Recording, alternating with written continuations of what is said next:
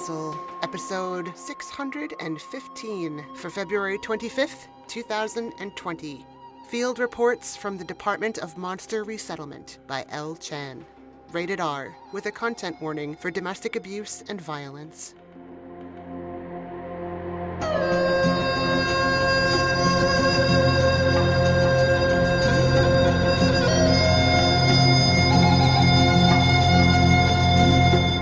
Hello and welcome to PodCastle. I'm your host, Setsu Uzume. L. Chan is back, woo-woo! You might remember his work from episode 498, Chasing Flowers, and our most recent Halloween episode, 598, The Sound of His Voice Like the Color of Salt. Now, free of the curse of the 98th episode, L. Chan is still from Singapore and spends most of his time wrangling two dogs. His work has appeared in places like Liminal Stories, Arsenica, PodCastle, and The Dark. He tweets occasionally at L. Chan Writes. This week's narrator is Curtis C. Chen. Once a Silicon Valley software engineer, Curtis C. Chen, or Chen Zhu, now writes speculative fiction and runs puzzle games near Portland, Oregon. His debut novel, Waypoint Kangaroo, a 2017 Locus Awards finalist, is a science fiction spy thriller about a superpowered secret agent facing his toughest mission yet, vacation. Curtis's short stories have appeared in Playboy magazine, Daily Science Fiction, and Oregon Roads Aloud. He is a graduate of the Clarion West and Viable Paradise Writers' Workshops. You can find Curtis at Puzzled Pint on the second Tuesday of most every month. Visit him online at curtischen.com. And now, gather your reports, add a giant grain of salt, and enjoy the story. Field Report from the Department of Monster Resettlement by L. Chan. Narrated by Curtis C. Chen. Stop me if you've heard this one before. Two ghosts, a Pontianak and a Manananggal, are sitting around the third floor of a community center after dark. The trick isn't getting them to come to the support group. The trick is getting them to agree to be resettled. I arranged Swiss rolls, cream puffs, and savory pastries in company lines that would have impressed a drill sergeant. But would the assistant director down at the department, or my guests, care? I don't know. What do monsters eat anyway? Puppies? The blood of virile young men? Hapless neophyte civil servants? The carpet used to be a garish orange and brown, pattern reminiscent of bolognese regurgitated by a dog. Graying fabric wallpaper went threadbare over dented drywall. The hole by the door was the right size and shape for a fist. Goodness knows what they used this room for. At least the department got it cheap. First job, first resettlement, first time I'm on my own. No more training, no safety net, no screw-ups. I've got the profiles of all the monsters printed out. 12-point font, double-spaced, 1-inch margins, color-coded plastic tabs for each profile by ethnicity. That's the whole point of the policy. Have to mix them up. Nobody wants all the Jiangxi and Gui to be in one place, all the Toyols and Hantu to be in another. Not to mention those that we've imported into this melting pot. I accept the sugar-coated logic pill. Down the hatch with a cool draft of my own university education, not pausing to think about what's at the heart of the medicine. It's all good. For a moment, there's a stiff stage fright breeze, a whiff of the air beyond the curtains, that the monsters won't turn up, that I'm going to slink back to the office tomorrow in some reverse walk of shame. Then there's a scratching at the dust-speckled window. The Manananggal is here. They're coming. All good little monsters. Every one. That's Singapore for you. 2. Assistant Director Fong. Subject: Manananggal profile. The Manananggal is a fresh migrant monster. She only preys on pregnant women, subsisting on the extracted blood of the unborn fetus or amniotic fluid. The conditions of her stay have been reiterated to her, notably the requirement to cap the amount she consumes from any given victim. She sleeps during the day and only needs sufficient space to store her lower half at night. She gets along well with the Pontianak.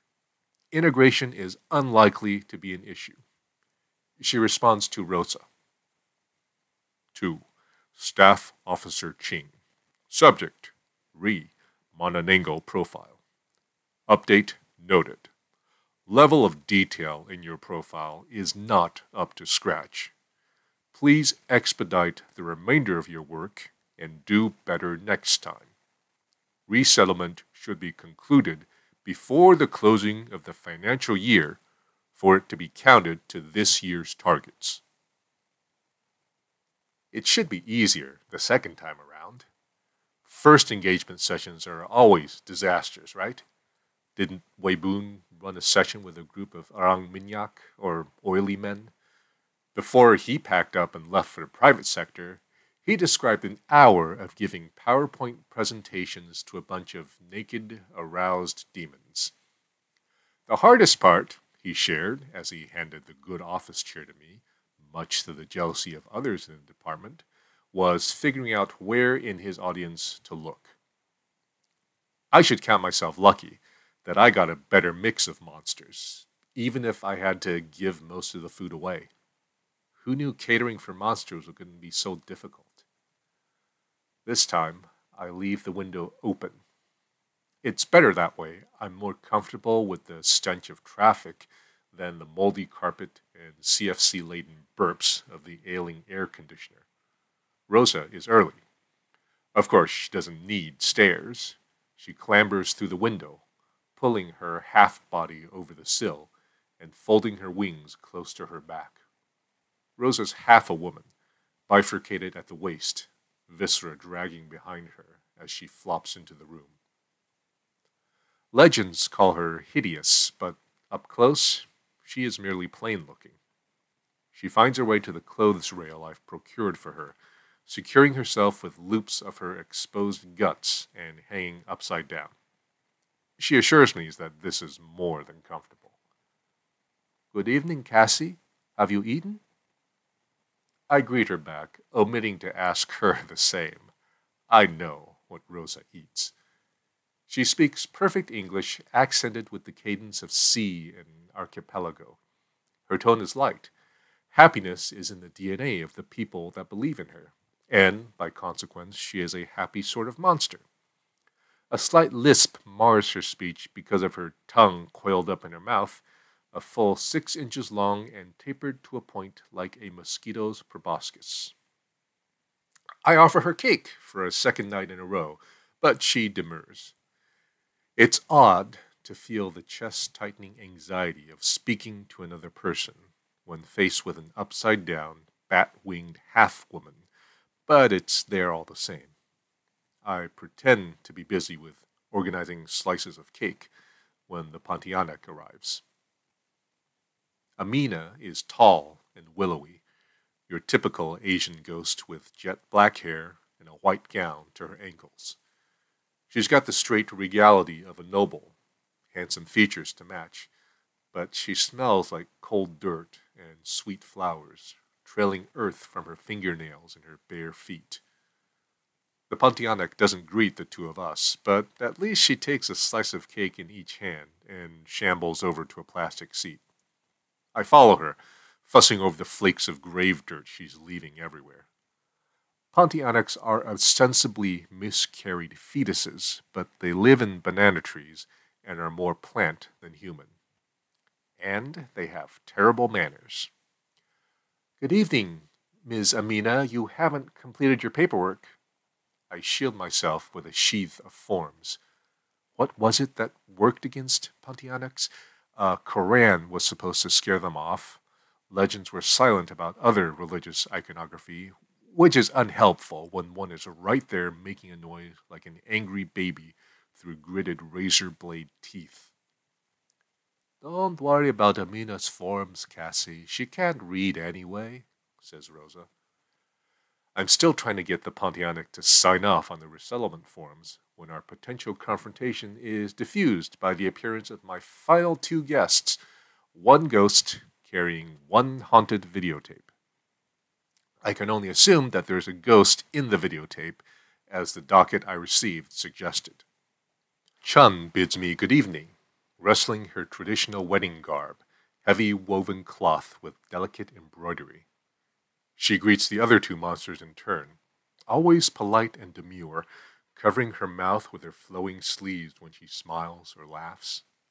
I'm surprised to see that the ghost bride's feet are tiny, her sequined cloth shoes no larger than a child's. She would have had difficulty walking in life, but now she floats across the room to place the tape next to the tray of food. Even the old television dramas at the Senior Citizen Center downstairs had gone digital. Haunted items were in vogue at the turn of the century, music boxes, lockets, and the like. Enough people got the idea from The Ring that haunting bits of technology was the next step in spiritual manifestation. Pity about future-proofing, though. Who knows where to get a VHS player today? They don't make them anymore. Thankfully, we never throw anything away in the government. Giving up on Amina for the moment, I set about trying to work the tape on a 20-year-old videocassette player, property of the Singapore government, signed for in triplicate by one Cassie Ching. It's not working out. The screen shows a snowstorm. "You have wires backwards," says Amina, peering into the spilled spaghetti mess of cables behind the stand.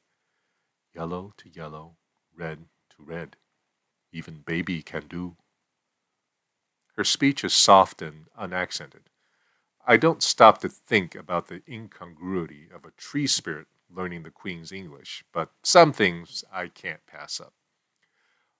"Where'd you learn about video players anyway, Amina?" "Alive 200 years. Also, electrician once hung television aerial from my tree." "Oh, so that's where you learned about video recorders. Were you friends or something?" "No, very disrespectful to hang antenna on tree. I tore his head off and buried it under tree to digest slowly." "That's nice, Amina." I mean, there really isn't a good comeback for that, and the 101 of Focus Group says to keep the conversation going. I think I just have to change the channel, and the static resolves itself into a reflection of the room we are in. I look behind me to confirm that there isn't a camera up on the ceiling. The scene on the television has one key difference, a jittery patch of pure darkness that makes its way closer and closer to the camera, pressing pale, bloodless hands on the screen. Impossibly, the screen bends outwards, taking the shape of a shambling young girl, not yet out of her teens, her long hair covering her face, her childish figure under a white shroud, her movements stop-motion jerks. She makes her way over to the food. Her translucent white hand passes through the pandan chiffon cake. She sighs. "You're all cursed to die in 7 days or something, unless you make a copy of the tape and show it to someone else, yada yada, terms and conditions on the back of the box." "Already dead," says the other ghost. "Was never alive to start with," says the Mananengal. "Am a tree," says the Pontianak. The three of them look at me. "I'll put it on the to-do list," I snap, trying to fill in all the empty fields in a stack of forms. "It's Lisa," she says from just behind my ear. I drop the papers. The young ghost giggles. "Hey," says Rosa, "you've got the same getup as Amina over there." We look at the Pontianak and back at Lisa. It's true. "It's a classic look," she says. "Been wearing this for 200 years, grumbles Amina, helping herself to more cake. "Fashion bound to come around again." "And yet we've only seen bell-bottoms once," says Rosa. "Anyway, Catsy, I don't think the government is getting us here over and over again to feed us cake, right?" Actually, I'm the one paying for the cake, and it's not cheap. I clear my throat. Even Amina stops stuffing her face. You're all here as part of the compulsory resettlement program. The government seeks to make sure that all settlements have an acceptable mix of monsters across all ethnic origins. I know this from memory. The policy paper on monster resettlement was compulsory day one reading in the department, and we could cite it down to the footnote. I'd already drunk the Kool-Aid, but it wasn't sitting well when I was up close and personal with the collateral damage. The Manananggal speaks first. I'm in. No fuss, no argument. The others stare wide-eyed at her, the loquacious one, first to cave. She's given it some thought, launching into a speech that has rehearsed confidence. You guys have it easy. Every night I come out to feed, I have to worry that some slob will find my legs and rub salt on my guts so I melt in the morning like a garden slug. Or who knows what else he'd do with a pair of warm legs and no yapping mouth attached. Rosa's wild visage relaxes, her problem finally off her chest. Anyway, it's getting harder to find places to store my legs. They're over at a Forever 21 shopfront now, wearing size 6 pants and propped up with the mannequins. That's the puzzle of where Rosa stored her legs at night settled. Lisa shrugs, the next to give in. I'd rather go live where I'm safe than wind up in a landfill somewhere. Chun furrows her porcelain white brow. So, are you the tape or are you in the tape? If we make a copy, there's 2 of you? The young ghost puffs out her cheeks and blows jet black hair from her face. It flops back down and covers her eyes. I don't know. Who knows who made the rules anyway? I guess I'm in the recording somehow. You need to pass the curse to someone else for the thing to work out. It's like, Lisa snaps her fingers, trying to recall a word. Haunted videotape? Asks Amina. She really does have the imagination of a plant. Unpopular classmate? Says Chun. Sexual disease, says Rosa. Always with the filthy mind, that one. Chain letter, concludes Lisa, a little more snappily than before. Say, Cassie, could you at least change the channel so I can hang out somewhere nicer?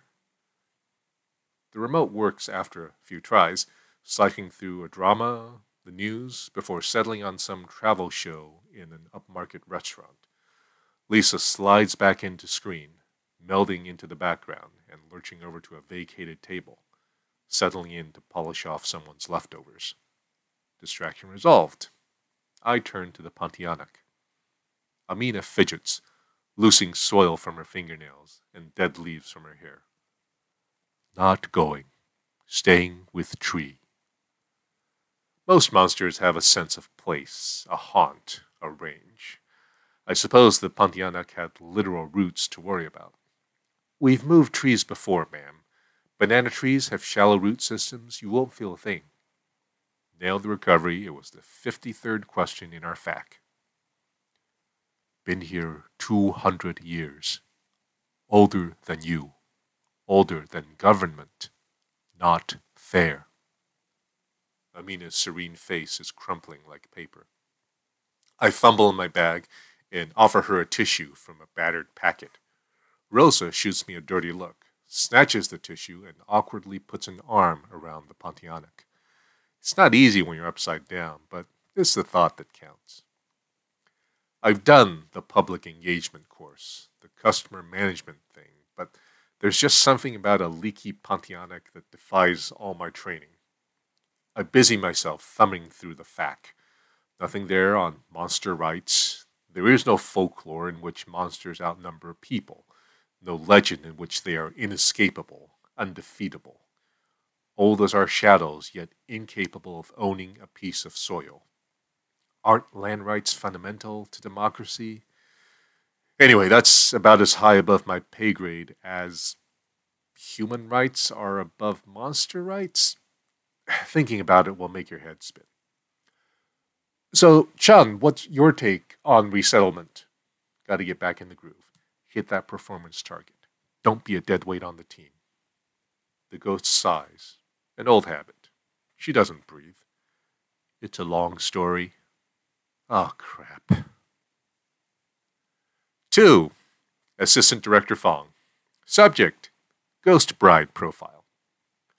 Chun looks to be in her early 20s. She has all the typical trappings associated with a haunting, namely electromagnetic interference, cold spots, and low-level poltergeist phenomena.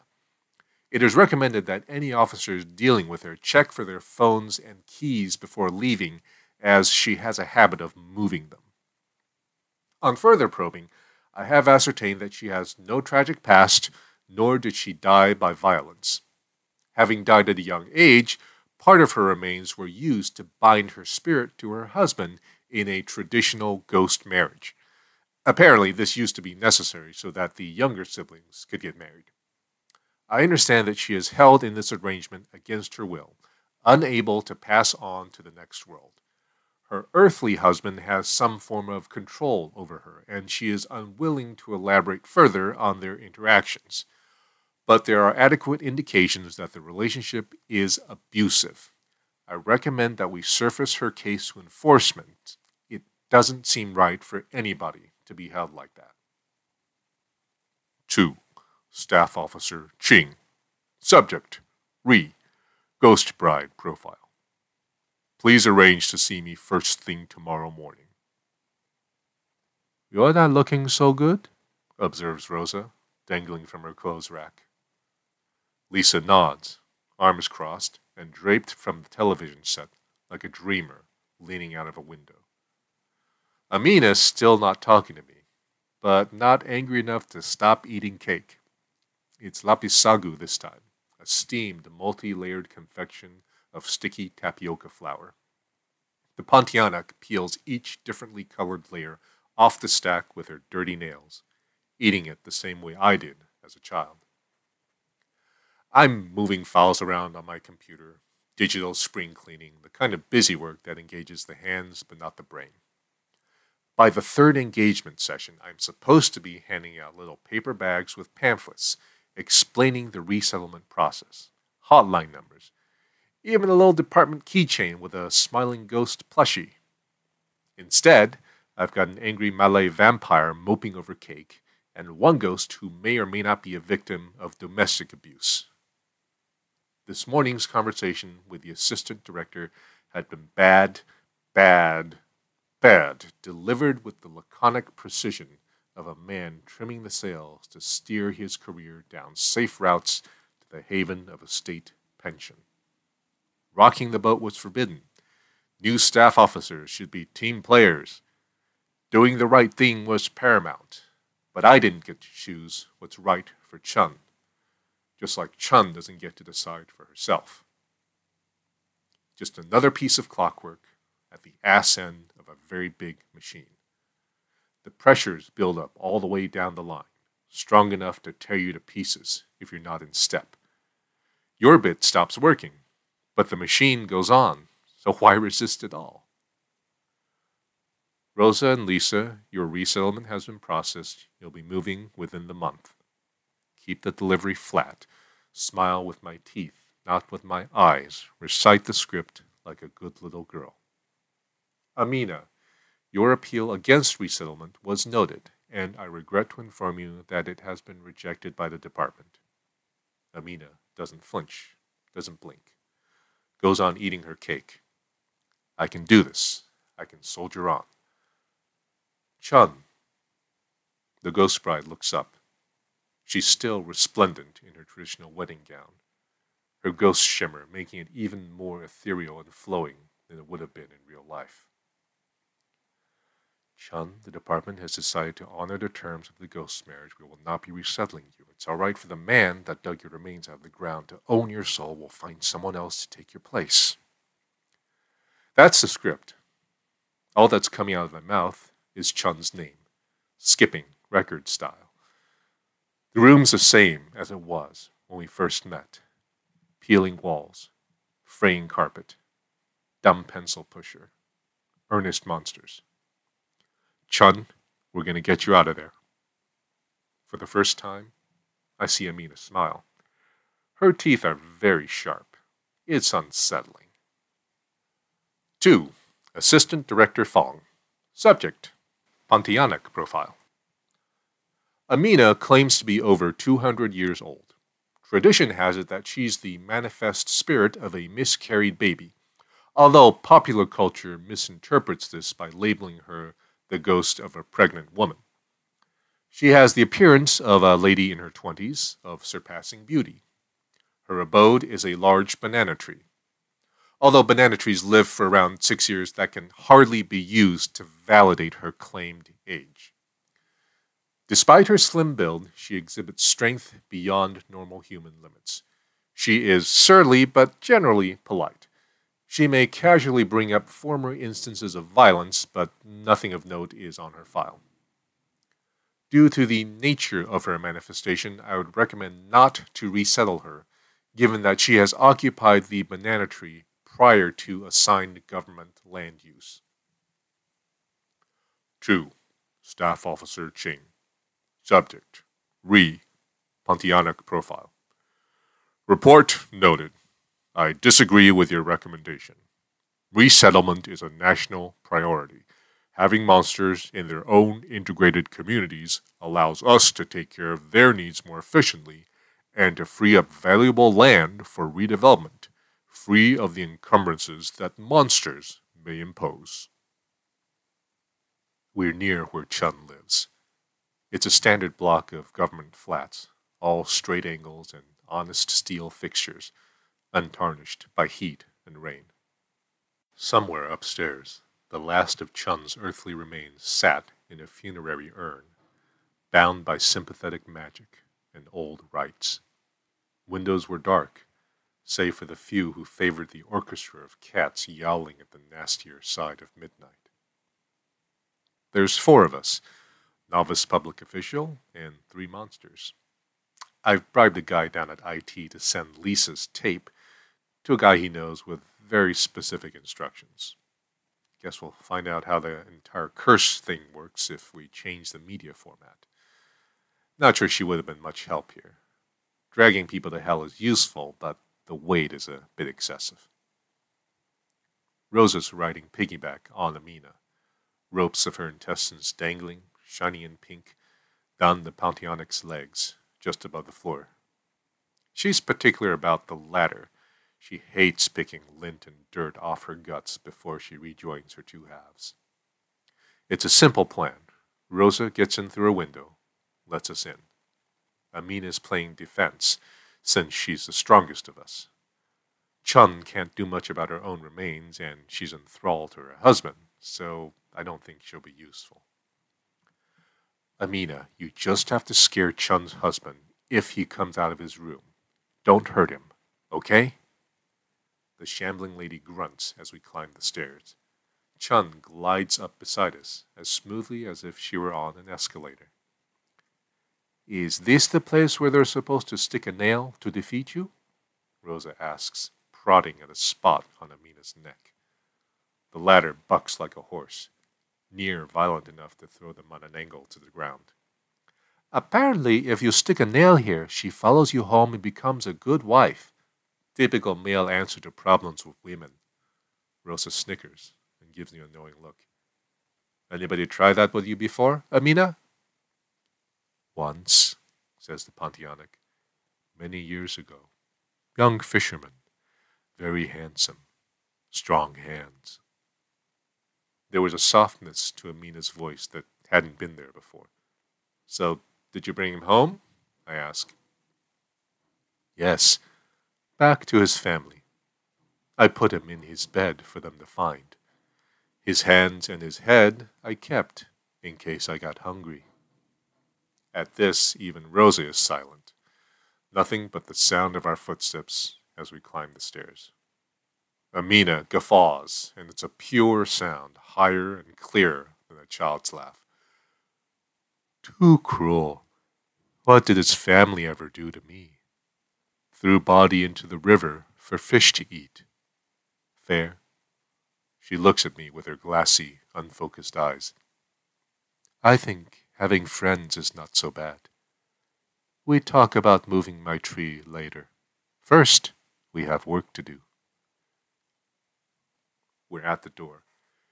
It's nondescript, same as every other standard issue frame along the corridor. Rosa takes off, almost but not quite like a bat out of hell, flapping around the side of the building to look for the windows to the flat.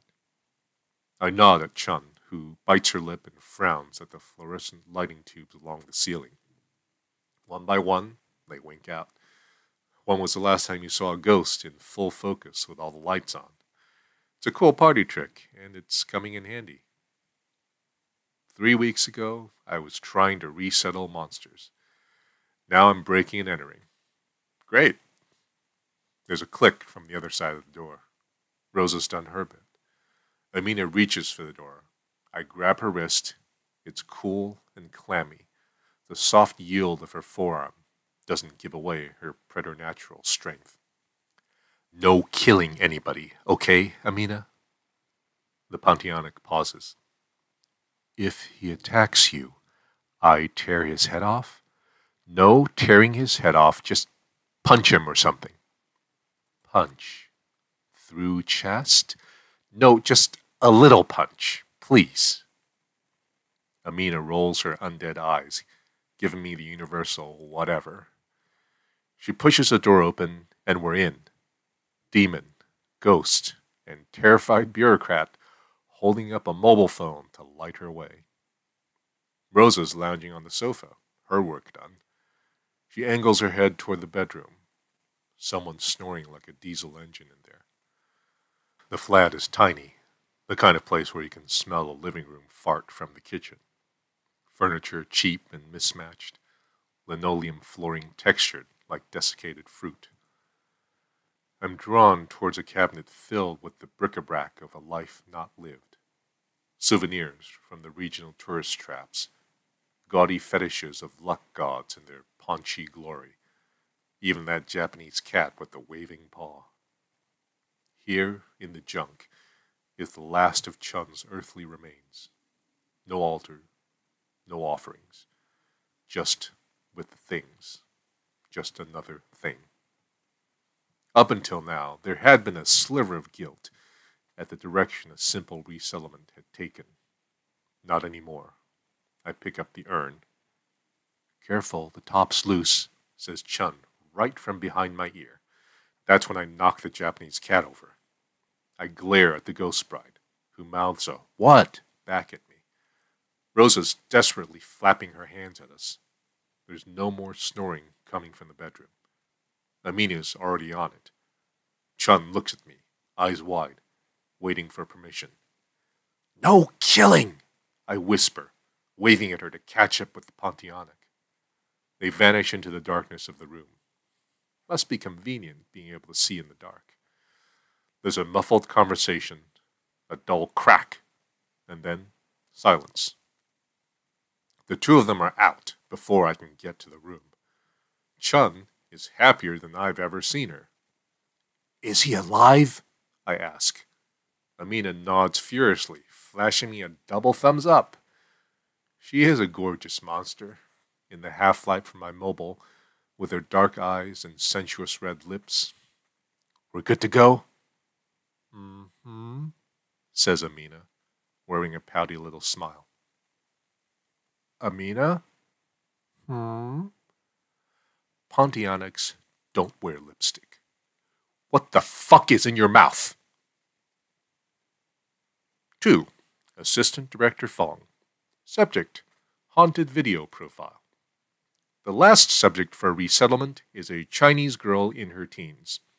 The focus of her haunting is a VHS tape, probably inspired by Japanese pop culture and other legends of haunted items. She has given her name and not much else.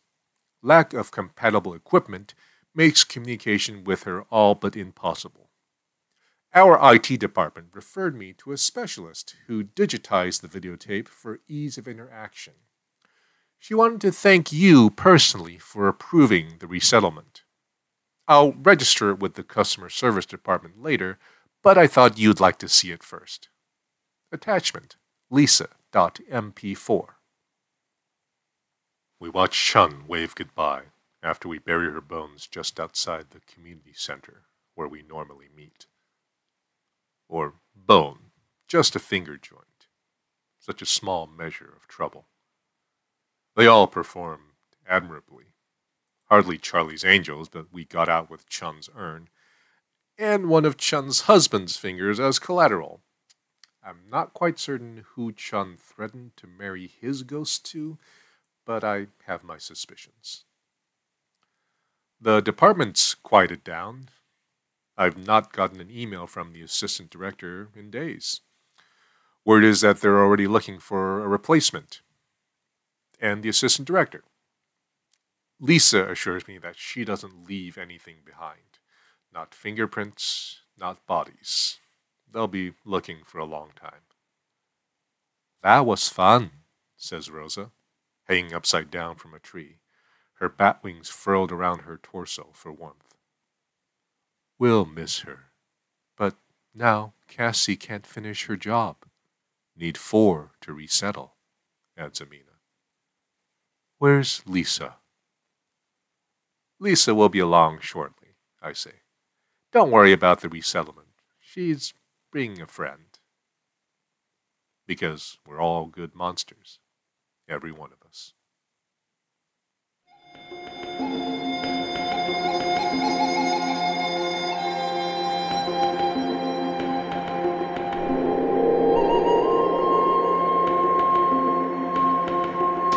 And welcome back.